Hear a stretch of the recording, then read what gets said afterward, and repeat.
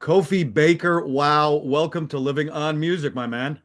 Oh, thank you so much. I'm Oh, really thrilled to have you, and it's really neat because again, about 7 or 8 months ago, I think it was, I did interview Malcolm Bruce, and we okay. talked a little bit about some of what was going on, but there is some stuff that we did not talk about that's involved you and him and what you're doing, your own personal life, and that's why I'm very excited to have you on talking about what you're doing. Some of the stuff, Kofi, that people say about you, named synonymous with drumming excellence. Wow. Okay. That's not bad. Outstanding skills, drive, and dedication. Tell me a little bit about the most recent musical life of Kofi Baker, and I know that probably a lot of it has to do right now with Sons of Cream. Yes. Well, we're recording an album right now. We Oh, got a record deal with Marshall Records, I think, in England. So we're in the midst of recording an album. We're writing. We're going to call it half and half, and oh, it's half great. original, a half Cream songs. Very Um, good. so we're just having a little bit of a battle right now about how to do the Cream songs. I like to change them up a little bit, but Right. I think we're trying to get to keep them kind of to so people can recognize them. Right.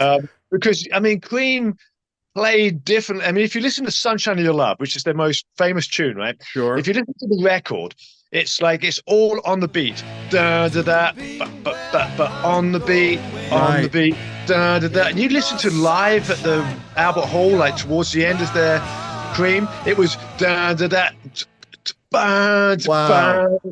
Oh, They changed the accents of it. right. So and the jams, they go into these long jams for like 20 minutes, and that's what Cream it was a jazz kind of format. They did the head of a tune and then went into a big jam, improvised. Right. So we do exactly the same thing. We're like, I mean, me and Malcolm are kind of the same. I think Rob's kind of the same. I can't play a song the same way twice because my Right. dad always taught me you never want to play it the same way. You always want to play it differently. He would Wow. be mad at himself if he played a song the same way as he played it the night before. Oh, He would man. change it up. He'd be like, always improvising. That's the jazz thing. So Right. we do exactly the same thing. And I can't play a song twice. I mean, I've done tons of sessions through my life. I was Steve Marriott's drummer when I was a teenager. Wow. Humble Pie. I played with him up until he died. Sure. I recently did Uli John Roth, who was Scorpions. Right. And his bass player and him took me into a room and said, "Look, I'm getting the bass player said, I'm getting lost. Every time you play a different fill and I don't know what to do." I said, "It's the same space. This Right. is a different fill. I'm not playing the same fill. Oh, well, you got to play the same fill, otherwise I get lost." Right. And I'm like, okay, I'm obviously not going to play. That's when I made a decision. That was in 2014, 10 years ago. And that's when I made a decision. I'm not playing with any players that can't cope with, improvisation. I Right. said, that's it. I'm not going to do it anymore. I mean, it's just ridiculous. If you can't improvise or just you haven't got the ears Right. to go with different people and move a little bit in a song, then I'm not playing with you anymore. Well, that was part of So Cream. That's part of Cream's flow was that heavy duty improvisation and stuff too. yes, and it's what's missing in music today. I mean, and that's people can't improvise. It seems seems like everybody. If you watch YouTube and all this stuff, everybody's playing to tracks. All the Right. drummers, everybody's playing to a track. Everybody's. It's like just sit on your kit or your guitar and just play me a melody, Right. and don't play me something that someone's already done. Right. Play me something original. Right. So I mean, and that's what's missing from music. It really is. And that's why I'm this is my legacy, my dad's legacy, it's Malcolm's legacy, and it's Rob Johnson's legacy because Rob Johnson, not only being named Rob Johnson, the guy who wrote Crossroads, Right. he's my dad's cousin, I Right. think. He's my dad's sister's daughter's son. Right. So Grandnephew of your dad? grandnephew, right. Wow. Yeah. So you know, because me and Rob were doing an album together. That's how we met. We kind of we Oh, met as when we were young, but he became a musician, went to school and studied and became a songwriter. He even was writing some songs with my dad before he died. Right. And so me and Rob got together and we did an album, which we just it's not really released. You can buy it, but we didn't really release it fully. Right. So we did this album of all original music. It's people say it's very kind of Pink Floydy. It's very kind of mellow, trippy kind of stuff, which it is because we're kind of trippy people. Right. So we did this album together and we were going to release it and had a tour booked. And I booked a tour under the name of Cream Faith, which was my band, because I was touring doing Cream and Blind Faith. Right. And we were going to do the Cream Faith thing and throw some of our originals in of the album. Right before the tour, the keyboard player, because we needed a keyboard player to do the Blind Faith and to do the album because it's kind of involved. The keyboard player bailed on us and he was one of the vocalists. Right. So Rod was like, well, we can do it as a 3-piece, but the bass player we had doesn't really sing. So we're like, well, I kind of need a singing bass player. So I called up Malcolm. I said, Malcolm, can you do this tour? And he said, yeah, I'll do the tour. So we did this tour of Cream Faith. And by the end of the tour, the band was called Sons of Cream. Oh, that's classic. I lost my band again. Right.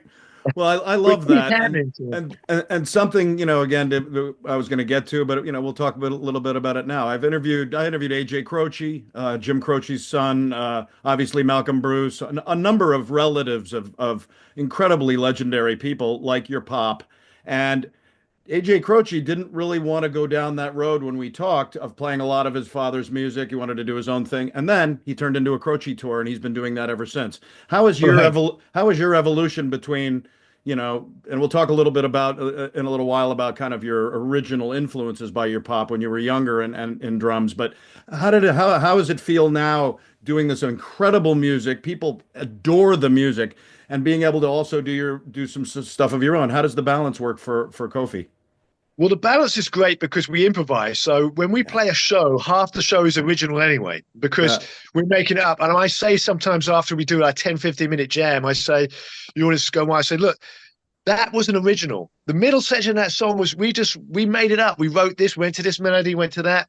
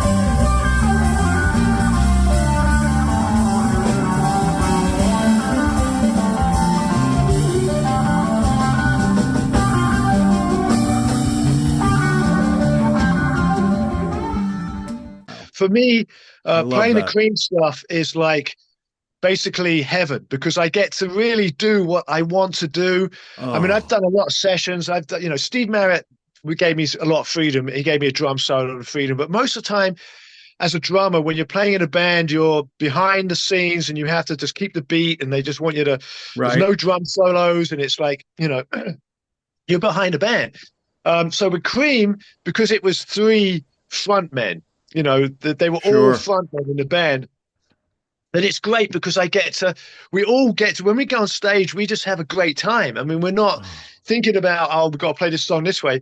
We're just like, we know the songs and we're just having a great time. And I kind of like, Malcolm was more like you said. Malcolm was more like, I don't want to do Cream stuff. I just want to do my originals. I'm interesting. writing the opera. He's a multi-instrumentalist, so he plays keyboards, guitar, bass. So he's writing operas and stuff. And that's why my band was called Kofi Baker's Cream Experience at first, because Oh, in 2006, after the reunion, I put a band together because I thought, this is great. I mean, I've known the music as a kid, but the way they improvise and everything, I think this is great. And my dad said, we're not doing this anymore. I don't need the money anymore. Me and Jack had fallen out because they fell out again towards the end of the yeah. reunion. Right. And all just because of my dad's an idiot, the volume too loud. Because Jack, it's like Malcolm. Malcolm, the bass has to be loud in Cream because it's a three-piece, and the bass is a driving factor of the band. Right. So, in jazz, the bass is, a little bit lower. It's not blowing out. And my dad's a jazzer. So he was like, the bass got to turn down. And, they got into an argument. Anyway, so my dad said, well, I'm not doing it anymore. And Eric was like, yeah, Eric's always confrontational. That's what, Right. Clapton, right? yeah. He Yeah. doesn't want to get into arguments. He's like, no, I'm out of it. So I thought, well, someone's got to keep this music going. I mean, Right. because it's great, and they're not doing it anymore. And I looked at a few tribute bands that are doing it. I'm like, they're dressing up like Eric and my dad and stuff, and then they're Oh, playing the music note for note like the record. And I'm like, oh, that's not Cream. That's not what they did. That's a tribute of an album, and stuff like that. We even had a manager. We had a manager of music because music. I'm stepping ahead. Hang on. So you're basically, allowed. yeah. I'm just trying to get it all. But basically, um, we had a manager come in that did the same thing. That said, look, you got to do this album. You got to do this. We're doing Disraeli Gears, and I'm like, really? I mean, Cream never just did an album and a gig. They did what songs they wanted to do and how they played them how they wanted. So people try and put you in a box, even if it's Cream. And Cream wasn't that. Cream was, you know, freedom.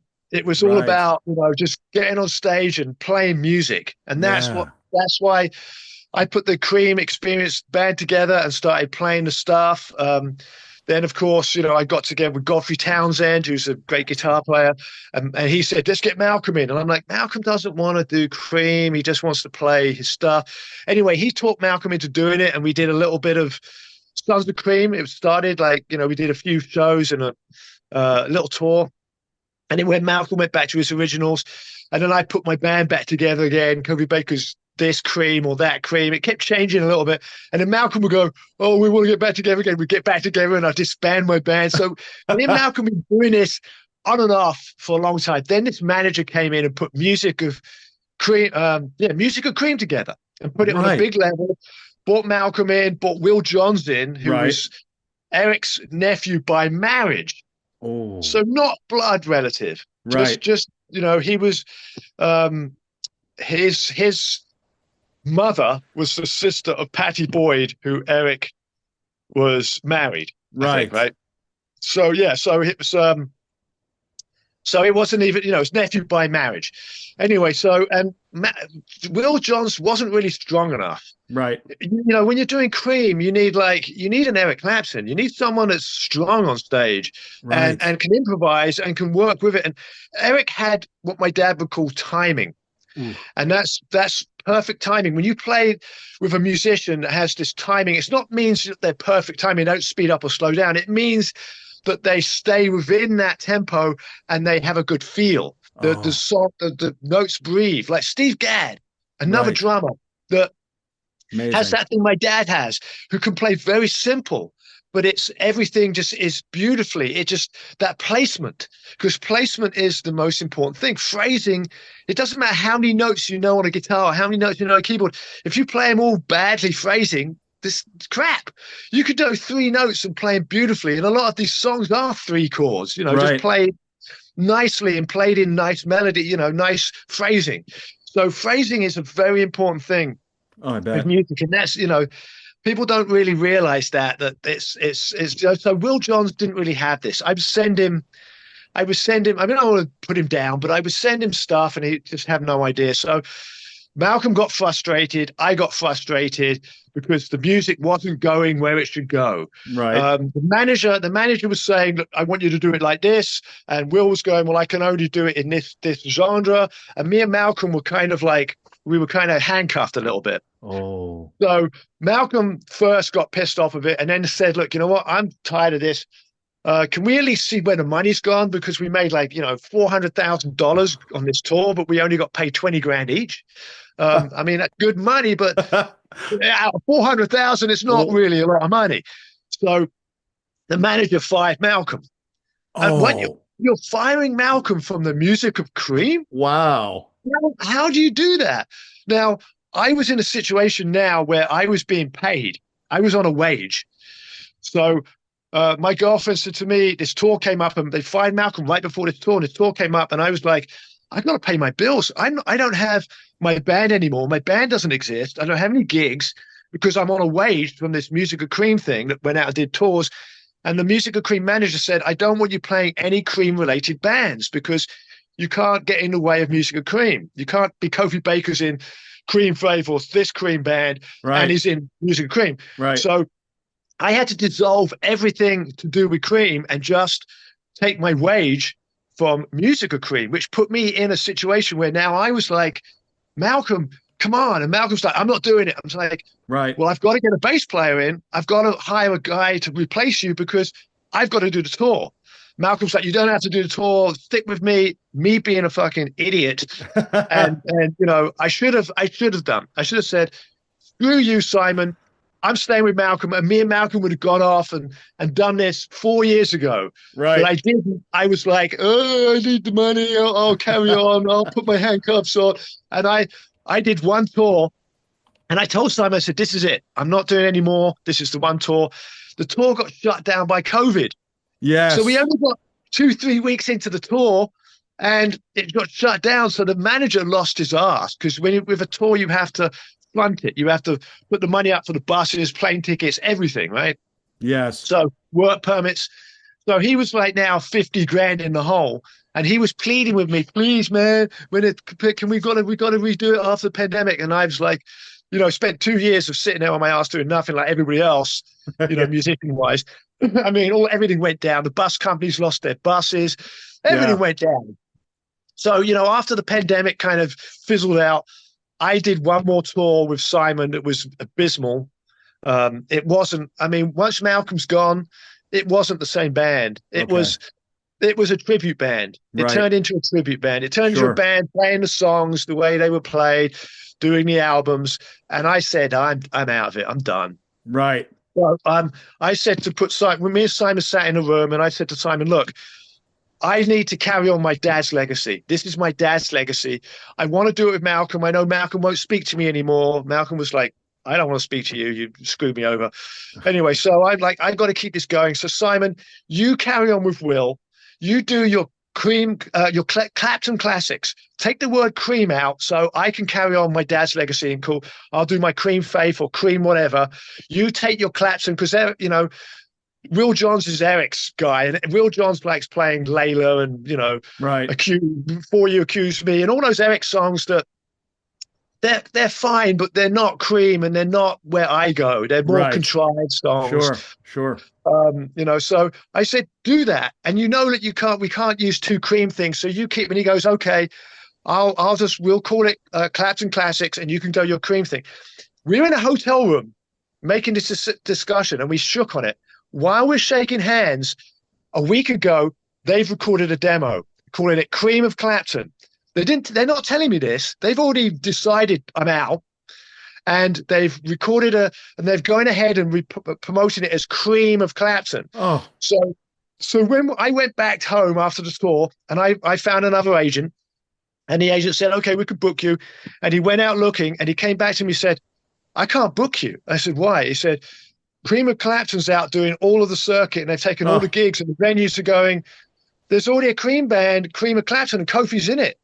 And I'm like, no, I'm not. So they were promoting the tour with me in it. oh, And they took all the gigs, and I had to rename my band Cream Faith, and I had to start at the bottom of the bottom. I had to start in tiny bars and just play plenty tiny bars for like a couple of $100. And that's all I could do, because he had taken the whole level that we were on and booked it all using my name. I had to call some of these clubs and say, take me off the flyer. I'm not in that band. Oh, that is wild.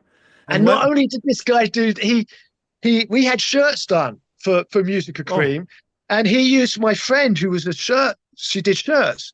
He used my old drum student, who was a friend of mine that went into a shirt business, got $3,000 worth of shirts and didn't pay her a penny. Took the shirt, sold them, made the money. So when I call my friend up, I go, well, how's it going? We've got this new band, Sons of Cream, and we want you to do shirts. She goes, I didn't get paid a penny. You owe me $3,500. That's not the only calls I got. I got calls from clubs saying, I trying to book them. Oh, you already owe us $1,500. What? We gave you a deposit and you canceled the gig and you didn't do anything. I'm like, what? This guy Simon was a sleazeball of the biggest things. And managers, these people come in and they take the musicians and they ream them. And it's like, it's so awful. When did Sons of Cream kind of gel for you and to make things kind of come back together? Well, like I said, I had Cream Faith going, and I called up Malcolm and I pleaded, said, come on, man, I'm sorry, man. Yes, I should have stayed with you. I apologized to him. I said, Malcolm, look, I'm not going to do it again. I'm behind you now. I'm 100%, let's do it. And he's like, yeah, let's do it. He loves the music.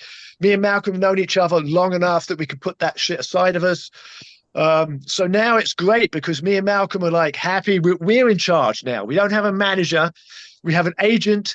We're probably going to have to get a manager to keep us under control a little bit. But, we have an agent. So now we're doing, and the last tour we did was so much fun. It was the three of us in a van. I bought a van. When my mum died, she sold her house in London. Right. Well, my sister sold a house in London. We all got a little bit of money. I bought my house in Indiana because I was living in California, and I got like $150,000, which is a lot of money, but not enough to buy a house in California. Right. It's not enough to buy a shack in California. I was looking at garages and stuff for $100,000, and I was like, no. So I moved to Indiana. Well, I bought a house, 3-bedroom house with 3-car garage for $100,000.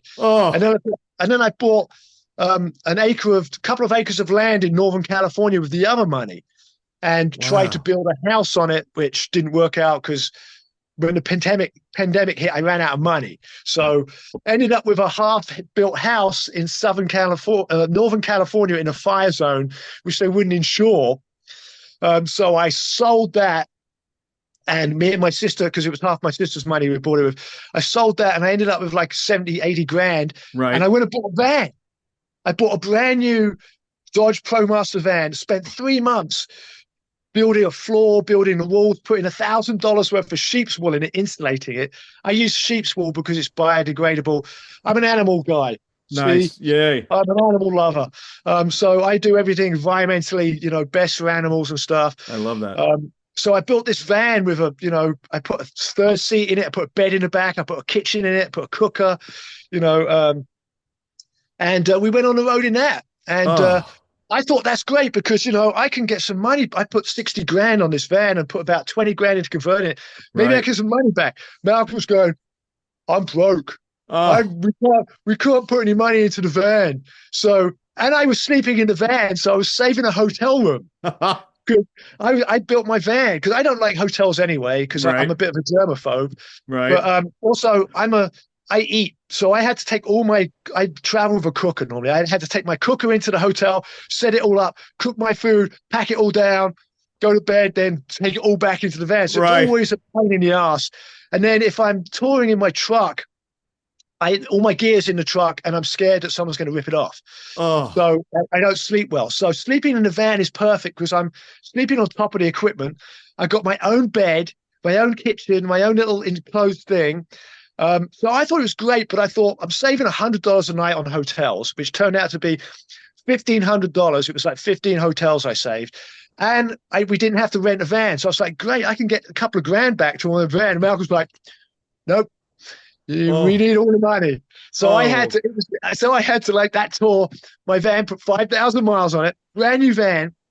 So wow. this next tour, we're going to use my van. We're actually doing two vehicles for the next tour. We're using two vans because it's easier for the equipment. And they want to, Malcolm and Rob are early guys. They like waking up early. So they want to get up early and drive in the day and get to the gig. I'm a night guy. I want to Right. drive through the night because when you drive through the night, it's quicker, it's cooler, and you get there. If anything happens, you're there. It's not Right. like if anything happens on the way there, you've got time to fix it. Yeah, You know, totally. so I've always been a night guy. So we're driving separately.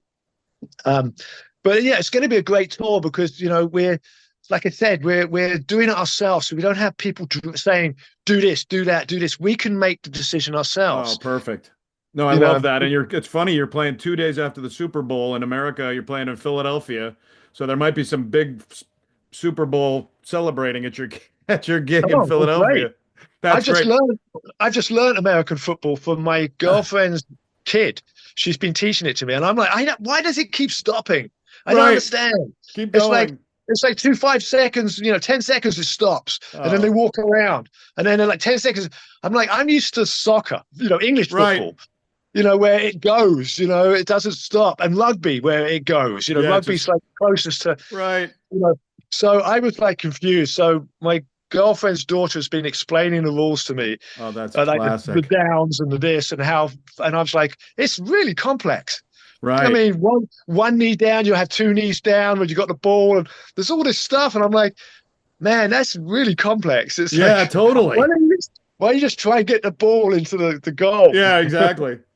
Well, that tour looks really fun. Annapolis, you're playing near. I think it's at the Ram's Head. I would believe where you're Yeah. playing. That's a neat place. York, Pennsylvania. Playing in Morristown, New Jersey, where my father, the architect, designed a monastery years Oh ago. wow, architect, eh? So maybe you'll drive by that if you go. But that looks like an amazing tour. So I'm really glad for you to be really churning on that. I did notice right before the pandemic, you did the Ginger Baker tribute concert organized by Eric Clapton. Talk a little bit about what that was like. Okay, so that was a bit of a saga. So what happened was when my dad died, I was talking to Eric, and Right. I was really upset. And Eric was like, "Yeah, me and you should do a memorial to Ginger." And I was like, "Yeah." I was let's talk about it. Let's put it together. And he goes, "I want you to put it together. I want it to be you, or just you and me. We'll be the ones putting it together." And I was like, "I really appreciate it, Eric. Let's talk in a week or so, and we'll put it together." So I was on the road. Okay. My dad got really ill. I was in America and Yes. I had a tour, and I was meant to come to England and tour. And it was like my dad got really sick and went to hospital, and they was like, "You got to get here. He's going to die." And I was like, "I've got a plane ticket booked, and it's booked for like 3 weeks. It's like 3 weeks. I can't change it." Simon tried to change it. It says like $3,000 to change it. We can't really afford it on the tour. And I said, "Dad, please." And my dad had a rebound. He came back, and it was like, Right. "Great, I'm flying in." The funny thing is, before he got sick, because I don't know if you saw this stuff on the news and stuff on the pay. Some Rolling Stone magazine said, Kofi says Ginger's dead to him, and I'm like, yeah, because he married this Kutsi, this his third wife, fourth wife, whatever it was, Yes. and she was a really weird person. She wouldn't. I tried to call my dad up, and she'd scream at me, and she'd say, your dad hates you," and she was just really not nice, and I couldn't figure out what was going on. And my sister had a bit of a falling out with my dad, and my other sister did, and I was the only one talking to my dad. And I said, "Look, Dad, come on, man, why the hell are you listening to this Kutsi? You should be talking to your family." And my dad said, "Oh yeah," and that was it. Didn't speak to my dad anymore. So basically, I didn't speak to my dad for years and years and years, and And so then right before he got sick, I called him up. I said, Dad, look, let's bury the hatchet. I know you're pissed off with me for certain things, and I'm pissed off with you. Look, you're old. I'm getting old. We don't have much time left. Let's bury the hatchet. Let's get together. And he was like, yeah, you're right, son. Let's meet up at my sister's house. So I was gonna meet up at Pat's house, which is his sister. Because my dad and his sister were really close. Nice. When he moved back to England, he moved back to close to my dad's sister, so they could be together. Right. So I was like, okay, great. And then he got sick and went to hospital. So I was like, oh crap, that we had to postpone that till when he gets out of the hospital. So I saw him. I went to see him. I flew in, and as soon as I flew in, I went to see my dad. He was in the hospital, and he seemed okay. Right. And I had this great relationship with him. I was with him for like a couple of hours, and it was great. He was talking to me, and I was telling him, Dad, I'm going to do the cream stuff. And 20 years ago, he would have punched me in the face, for saying I'm going to play cream.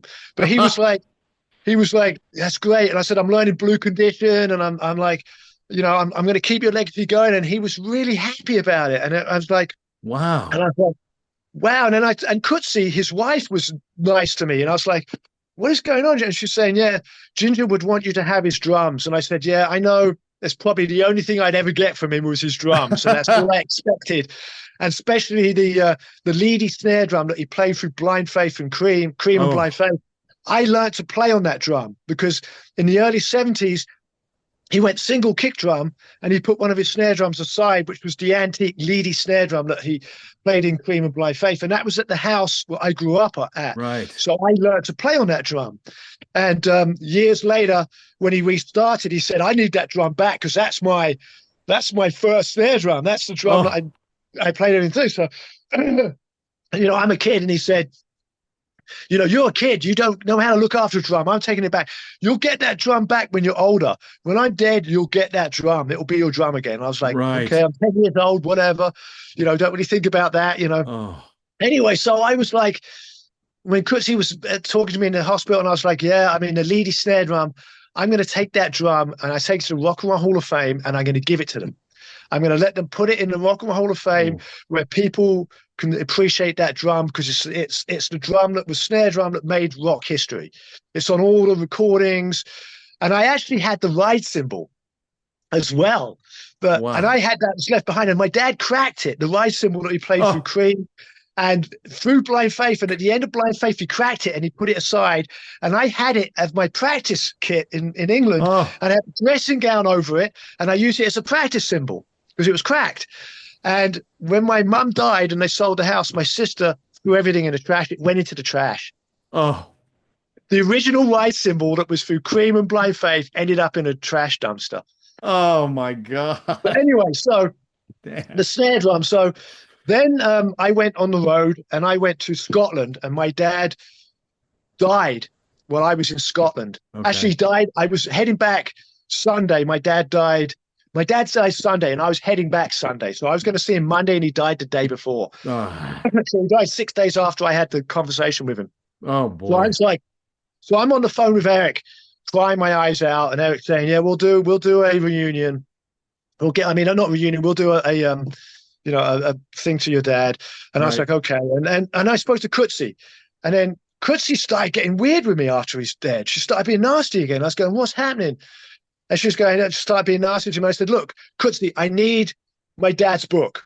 I need his Rolodex, his black book. I need it because it's got, everybody's number in it. It's got Mick Jagger, everybody's number, Charlie Watts, Eric's number, Stevie Winwood, you name it, their numbers, personal numbers in his book, because he, is Ginger Baker. That's their personal number.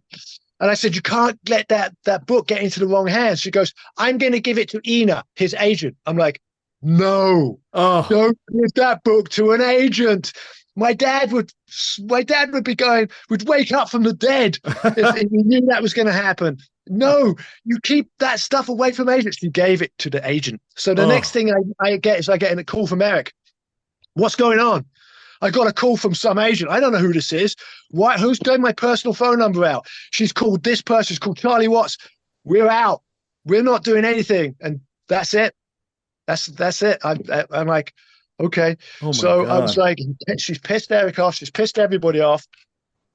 Eric said to me, he said, look, don't worry about it. I said, it wasn't me. He said, don't worry about it. I'm not going to the funeral. I'm not doing anything. This is too much. Because Eric's not confrontational. He doesn't want to deal with this shit. Right. So he said, that's it. I'm out. Not one blood relative, not one family member was at the funeral. Not one. It was my Wow. sisters.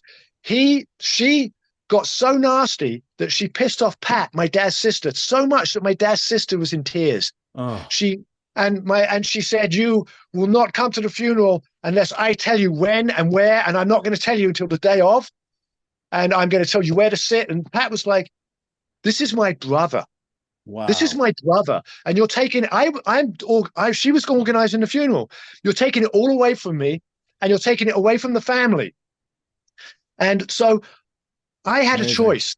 I had a choice. I was in the bus on the road, and I had a choice to go to the funeral where there was no one I knew, not one person I knew, and they were telling me where to sit and what to do and what, or go to my family where they were holding their own memorial.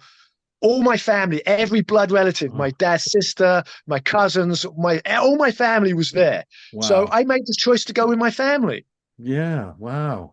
We I we could we see sat that. there in a room and we cheers to my dad. You know, we did the funeral in a room while Kutsi had my dad's body and did it. We'd tried to do a fame thing with all the famous people and try to be I'm Kutsi thing. Oh God. So it was it was for all the wrong reasons.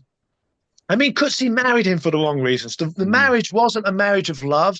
It was a marriage of my dad wanted a young woman to look after him when he was old. Yeah. I'll give you all the money when I die. You just look after me. And which he Right. did. She Yeah. changed the will 4 years before he died. She changed the will to write me and my sisters out of it. Um, Oh, she took all the drums. So yeah, and then that's it. She even posted. I posted on Facebook. She wrote me a letter saying your dad always hated you. He never loved you. You know deep down in your heart he never loved you. God. You're a piece of shit and all that kind of stuff. And Oh, I put it on Facebook to show people what she's like. And then I got told to take it down because it's not good to show that kind of stuff. But I'm right. like, I don't care. I think people should know what goes on with these people because I think it's wrong. I think, when you have a family and you have some famous or rich person and they married some woman that's younger than your sister, younger than me, and I'm the youngest Right. by 10, 15 years younger than me. And they marry this person not for love, just so that they can have a young, trophy wife or trophy, whatever. Right. Right. So, I think it's wrong and I think people should see it. And I think it should be illegal for these people to change the will, to be able to do that. That should be not right. So, Right. I agree with you. I do. Thinking, mulling over the fact that again, after your dad's passing, 5 years later, look at what you're doing with this incredible run on Sons of Cream. Did that reuniting with him and then losing him and realizing the magic of his playing, did that give you even that more impetus to be excited to go play this music?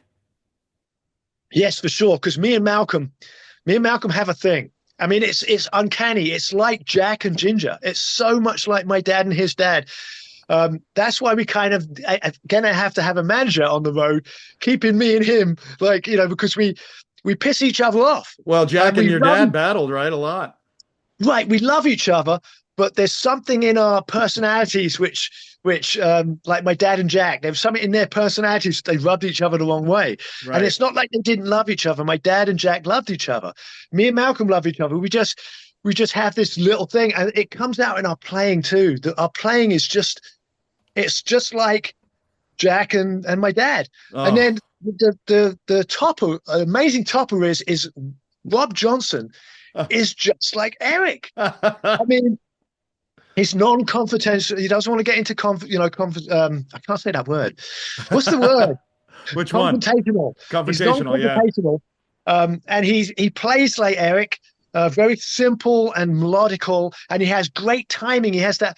We have this whole timing thing now where we can jam and we can go anywhere and we're tight and we can come anywhere back and we follow each other. So we have this thing that I've never had to this extreme before. I've had it with Malcolm, but I've never had it with Malcolm and a guitar player. Right. So now we have the whole ball of wax here, and I'm so happy, and we're getting along, and it's really good. And Eric's happy, and that's another thing about Eric was with the memorial.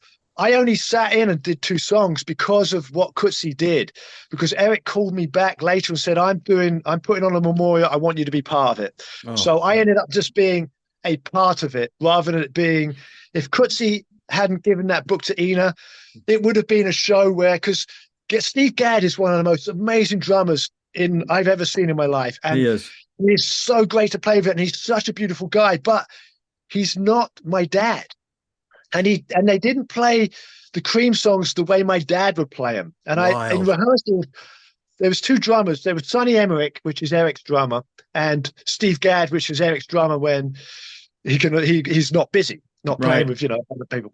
So I was in rehearsals and I was saying, like, with Crossroads, my dad had the snare drum, bat, bat, bat, da, da, da, like that.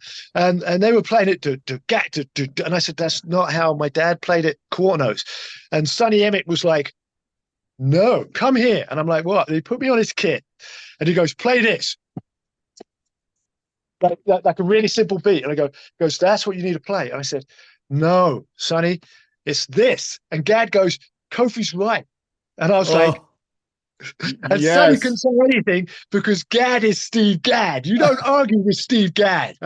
Yeah. So Steve Gadd fucking had my back. It was great. And I was like, thank you, Steve. He had my back for that. Oh, that's sensational. So Sonny Emmerich's a great guy. It's just he's not, they don't understand. Steve understood that I know how my dad plays. Like they did Blind Faith as well. They did Presence of the Lord. And I was like, there's a ride cymbal. Right. And that's an important part of the song. They weren't doing it. And I said, You've got to do that. So then they've added that in. So I was more as a person to help them play the songs the way my dad would play it. That's what I ended up being, rather than if Coetzee hadn't done that, I would have been on the drums playing all of these songs. Right.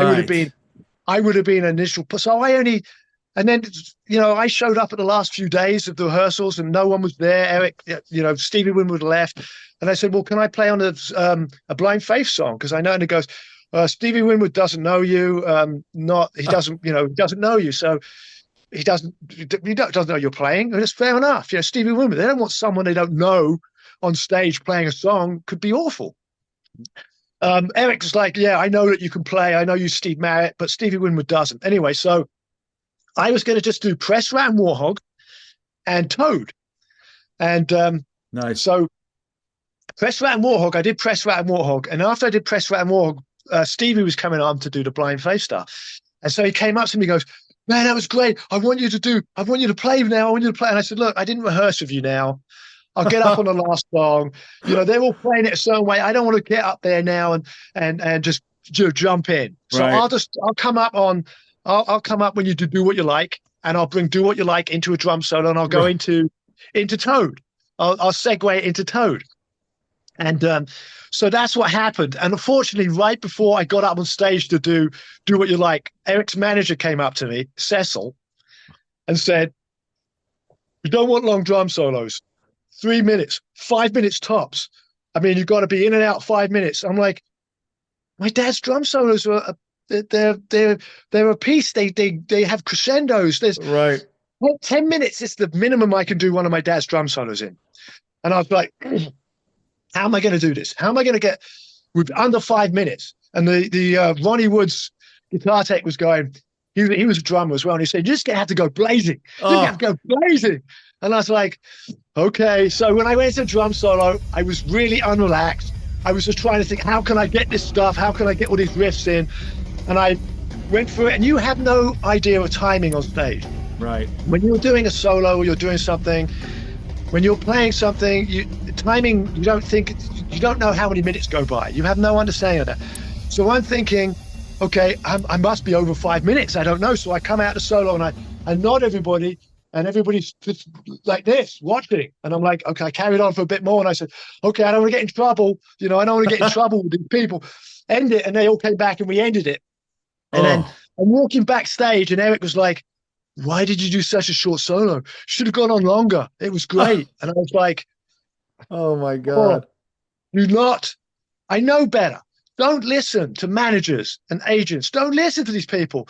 When you're Oh, on stage, do your thing. I know better." It was just, I was in a situation where I didn't want to piss off Eric. I didn't want to piss off, Eric's manager. I felt sure. like Makes I sense. was, there doing a job for them. And I shouldn't have done. I should have, this is my dad's legacy. This is all about my Right. dad.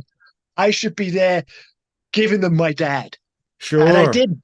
And I didn't. So I'm kind of like, that's why I want people to come to this show, because this show, I feel like now I can do a 50-minute drum solo. I can do Yeah. my dad's drum solo. I can do, we can play, we can improvise, because Eric's great, but he's, if you watch Press Rat and Warhog, he Yeah. comes to the solo and I go, "Eric, take it," right? And he goes into a little solo and I hear him do something. I play a fill and he goes, "Oh," he goes, "Okay, I'm done." And I was Oh, like, "That's it?" I was like, what's going on here? We were meant to go into a oh, big jam." So I did a few fills and ended the song, and that was it. And so, I mean, we didn't really rehearse it anyway. I mean, right. like I said, I showed up the last 2 days, and it was really just kind of like I was really just helping, Gad and Sonny play the songs the way Oh, get my dad's stuff in there more than working on songs. So we got to do Press Rat, and Eric was like, I can't even remember the chords. wow. I'm like, "Oh," and he goes, "Oh, don't worry, I'll get it." So we didn't actually rehearse it before we went on stage. Right. That's why if you listen to the beginning, I don't count it. I go, ba ba ba da da ba ba ba ba da da, Oh, because I don't. It's a 1 bar intro, and I said I'm not going to count it. I'm just going to give you 1 bar intro. Okay, Gad counts in every song right. because Gad's knows that people need to count. Right. I'm used to playing this song where everybody knows the song, so I did the intro. The only person that came in on the one is the keyboard player. Oh God. I can't thank you enough, Kofi, for this. Again, long live your dad. I know you guys had up and downs in life, but it sounds like there was this oomph close to when he passed, and I think that's got to give you a little bit of glowing in the heart, even with the lifelong separation you had. Yeah, I mean, like I said, the end was great for me with my dad, and it was like it kind of put everything back how it should be. I'm just sad that I can't get that snare drum into the Rock and Roll Hall of Fame. I wish that some way Kutsi will give it up to me, or maybe put it in there Rock and Roll Hall of Fame myself or something. But that snare drum should not be in a room sitting there doing nothing, or in some private drum guy's collection. It should be in the Rock and Roll Hall of Fame. So Right. that's all I ask. If anybody sees that drum out there, or just please get it to me, and I'll try and get it into the Rock and Roll Hall of Fame. Well, I'll keep my eyes open wide because I'm a big Hall of Fame guy and also would love to have a Ginger Baker drum in the Hall of Fame again. Yeah. But And his spare snare's in there. I put yeah, his spare snare in there because that's all I had. I had the drum that he was playing before that he gave to me, and it was his spare snare that he played. He liked it better than this main snare for the kit. The twirly kit, the one that's orange and yellow 12. The drum kit's actually in the Hard Rock Cafe. I saw oh, it. But the snare drum, the spare snare sounded better than the original snare, so that was the one he played all through those Air Force gigs and everything. So I oh, had that drum. I had that drum. I gave it to the Rock and Roll Hall of Fame. So at least his drum that he carried on playing after oh. Cream and Blind Faith is there, and it's a very beautiful drum. So go see that Oh if you yeah, go I'm to gonna go Rock and Roll Hall of back. Fame. I've had 3 visits to the Hall of Fame. If I ever go back there, which I hope to, I will be looking specifically for that. And I'm wishing you the best on this tour coming up with Sons of Cream. February 11th in Philadelphia, and then an amazing run. Best of luck to you, and thanks a lot for being Thank on you. Living on Music, man. Oh no, great, and I hope to see you at one of these shows, maybe. Oh yeah, I would have loved to do that if I could. And we will be in touch. Keep in touch with me if you can, and I'll keep in touch through John Lapin. But Yes, definitely for sure. I'm wishing you the very best with this tour, and congratulations on your drum continuing to soar. All right. Well, thank you so much. Thank Sure, you. man. See you soon.